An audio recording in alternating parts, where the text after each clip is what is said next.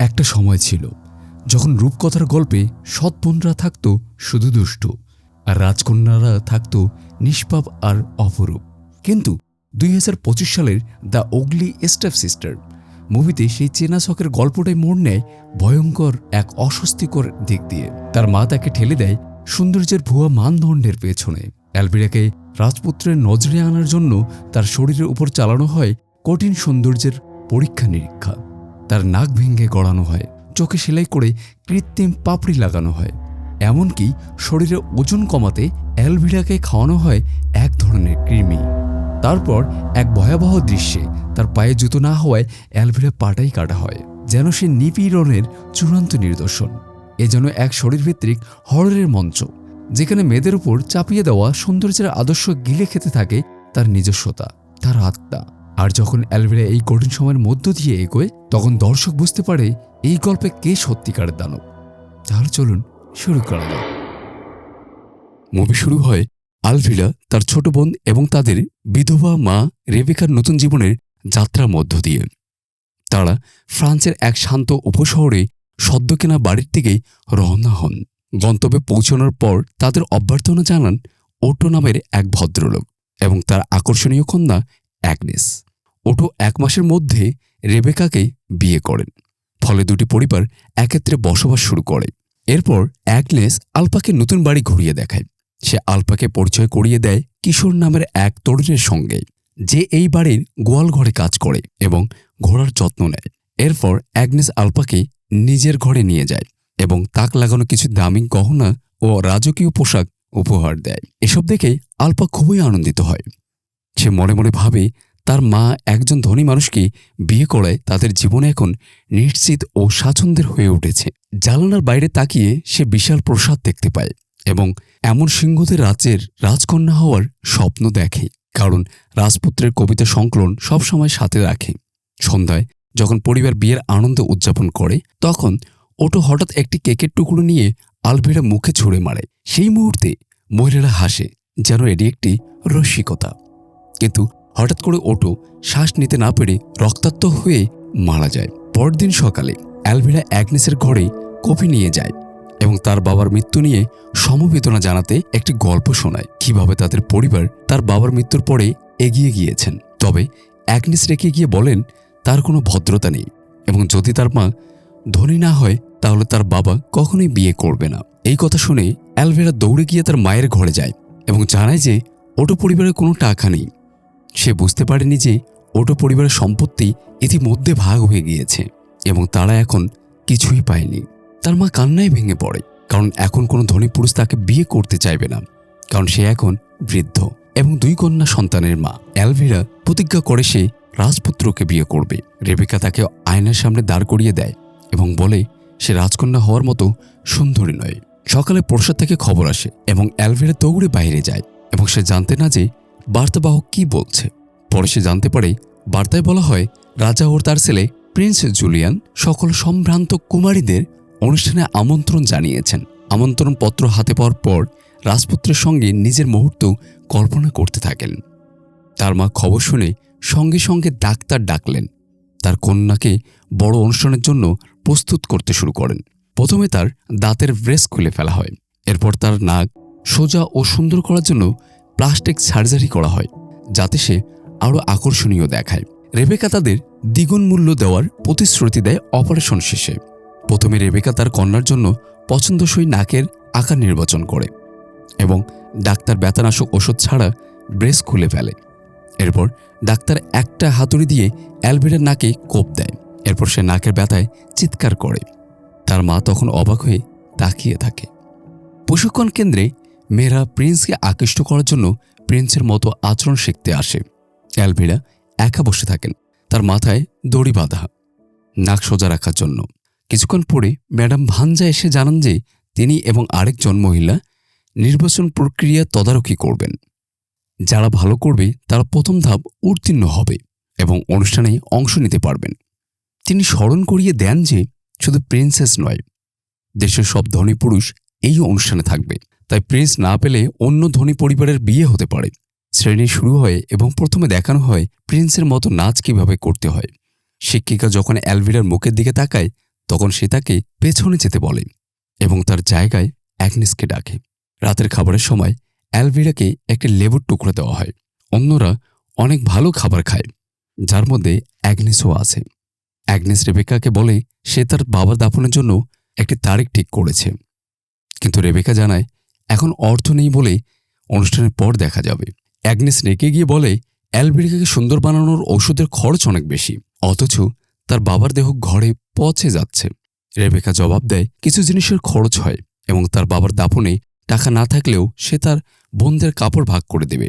Agnes রেগে গিয়ে তার বাবার কাছে প্রার্থনা করতে চায়, কিন্তু দেখে তার বাবার দেহ ইতিমধ্যেই পচে গেছে।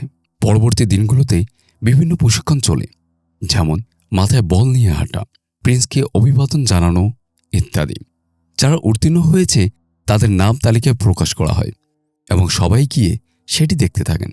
কেউ কেউ আনন্দে চিৎকার করে ওঠে, আবার কেউ কেউ মন খারাপ করে চলে যায়। আলভিরা তার নাম খুঁজে পায় এবং দেখে অন্য একটি নাম কেটে দিয়ে তার নাম লেখা হয়েছে। সেই খুশিতে হাসে এবং প্রিন্সের সঙ্গে ভবিষ্যৎ কল্পনা করতে থাকে। পরবর্তী ক্লাসে শিক্ষিকা বিশেষ একটি নাচের স্টেপ দেখান এবং জিজ্ঞেস করেন কে কি করতে পারবেন। সবাই হাত তুলে, আলভিরাও তোলে। তাকে ডাকা হয় স্টেপ দেখাতে, কিন্তু কিছুক্ষণের মধ্যেই শিক্ষিকা গান থামিয়ে বলেন সে সম্পূর্ণ ব্যর্থ। অ্যালভিরা কাঁদতে কাঁদতে ঘরে চলে যায়। রাতে সে একটা কাপড় পরে দেখার চেষ্টা করে, কিন্তু মনে হয় কিছুই মানায় না। সকালে ম্যাডাম সোফির সঙ্গে এক বৈঠকে অ্যালভিরা বলে সে হতাশ, কারণ সে খুবই কুৎসিত। মমতা প্রিন্স তাকে কখনোই পছন্দ করবে না। ম্যাডাম সোফির তাকে বলেন এটা ঠিক নয়। তিনি তার ভিতরে অনেক সম্ভাবনা দেখেন এবং একটি বিশেষ জিনিস দেন যা তাকে সাহায্য করবে। অ্যালভিরা তার বোনকে নিয়ে ঘোড়ায় চেপে জঙ্গলে যায় এবং তাকে উপহারটি দেখায়, একটি ফিতা কৃমি যা তাকে আকর্ষণীয় করে তুলবে, যাতে প্রিন্স তাকে উপেক্ষা না করতে পারে। এরপর সে একটি ঔষধ খেয়ে ফিতা কৃমিটি বের করে দেবে। সে তার বোনকে অনুরোধ করেন যেন এটি গোপন রাখেন। আলফা বলে আলভিরা সীমা ছাড়িয়ে যাচ্ছে এবং ঘোড়ায় চড়ে বাড়ির পথে রওনা দেয়। আলভিরা চিৎকার উপেক্ষা করে। এরপর আমরা দেখি আলভিরা সেই ওষুধটি গিলে ফেলে। সেই সন্ধ্যায় যখন সে বাড়ি ফেরে তখন অ্যালভিরা শুনতে পায় কিছু অদ্ভুত শব্দ, তাই সে দেখতে যায়। অবাক হয়ে দেখে ইশাক ও অ্যাগনেস অন্তরঙ্গ অবস্থায় আছে। তা দেখে সে ভীষণ রেগে যায়। পরের দিন সকালে অ্যালভিরা দেখে রেবেকা অ্যাগনেসকে তার রুম থেকে টেনে বের করে নিয়ে যাচ্ছে। আগের রাতের ঘটনা জেনে সে অ্যাগনেসের গলার নেকলেস খুলে নেয় এবং বলে যে সে ভাগ্যবান যে তাকে বাড়ি থেকে বের করে দিচ্ছেন না। এখন থেকে তার কোনো অধিকার থাকবে না এবং তাকে দাসের মতো কাজ করতে হবে। অ্যাগনেস জানালার পাশে দাঁড়িয়ে দেখে ইশাককে নগ্ন অবস্থায় বাড়ি থেকে বের করে দেওয়া হচ্ছে। অ্যাগনেস এখন দাসের মতো হয়ে কাজ করছেন।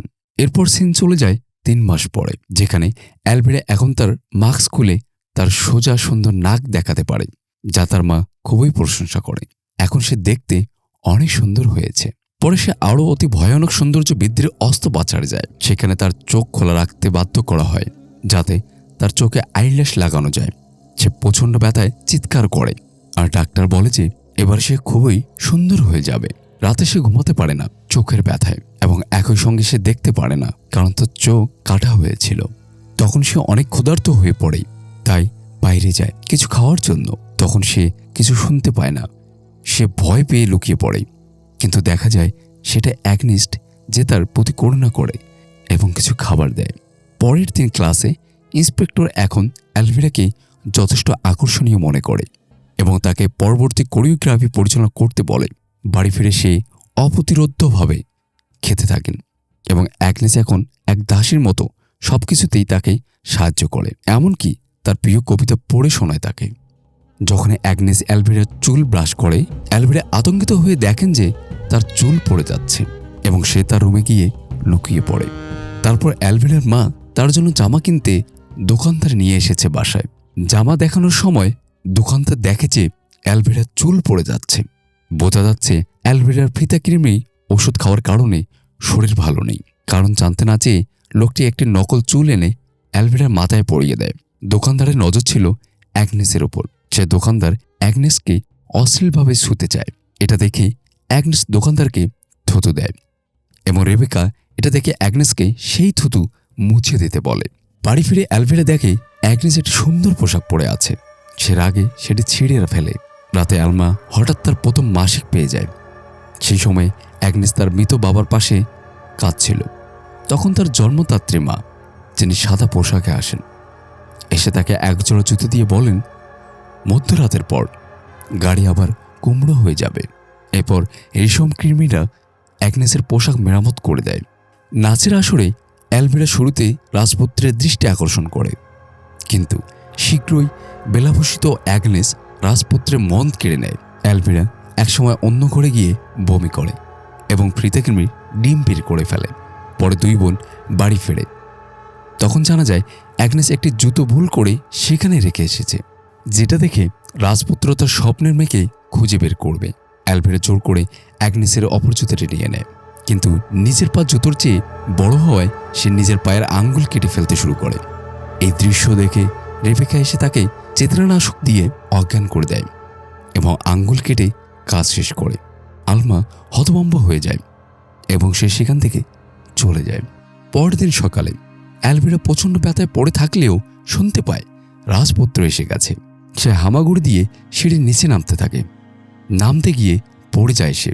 তার নাক ভেঙে যায়, তার দাঁতও ভেঙে যায়। আর তখন সে দেখতে পায় যে অ্যাগনেস ও রাজপুত্র একে অপরকে খুঁজে পেয়েছে। তার সব চেষ্টা ব্যর্থ হয়েছে। শেষে অ্যালভিরা আলমার অনুরোধে একটি ওষুধ খেয়ে ফিতকৃমিকে বমি করে বের করে দেয়। তারপর দুই বোন সিদ্ধান্ত নেয় তারা তাদের মাকে ছেড়ে দেবে, যেন তারা স্বাধীনভাবে জীবন কাটাতে পারে। আর রেবেকা আবার এক নতুন পুরুষকে পটাতে চেষ্টা করে, যাকে সে নাচের আসরে দেখেছিল। তো বন্ধুরা, এভাবেই এখানে গল্পটি শেষ হয়। তো এই মুভি থেকে আপনাদের কোন গল্পটি ভালো লেগেছে অবশ্যই কমেন্ট করে জানাতে ভুলবেন না। আজকে এই পর্যন্তই। সুন্দর থাকুন, সবার জীবন সুন্দর হোক।